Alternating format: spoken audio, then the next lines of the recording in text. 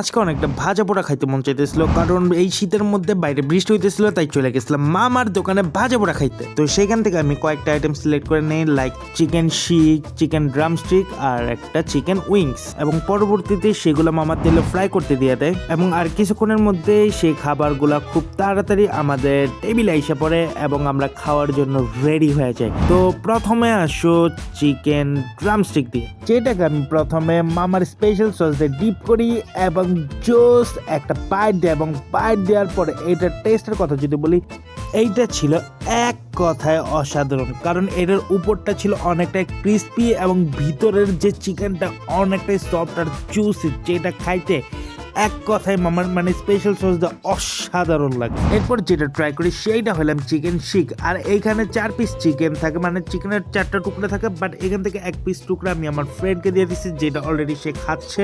এবং এই চিকেন গুলার সাইজ গুলা যদি আমি বলি মোটামুটি ভালোই বড় ছিল, ঠিক আছে, যেটা তোমরা ভিডিওতেই দেখতে পারতেছো। খাবারটা একটু গরম ছিল, বাট এটা টেস্টের কথা যদি বলি এটা মোটামুটি ভালোই ছিল, ঠিক আছে, সলিড মাংস ছিল, যেটা খুব একটা খারাপ না প্রাইস অনুযায়ী। এরপর আমরা যেটা লাস্টে ট্রাই করছি সেটা হলাম চিকেন উইংস। এটার সাইজটা অনেকটাই বড় ছিল, যেটা তোমরা আমার হাতের সাইজ দেখেই বুঝতে পারতেছো, এবং এটা সসে ডিপ করার পরে আমি একটা বাইট দেই, কিন্তু এটা একটু আমার কাছে একটু কম ভালো লাগছে আর কি বলতে পারো।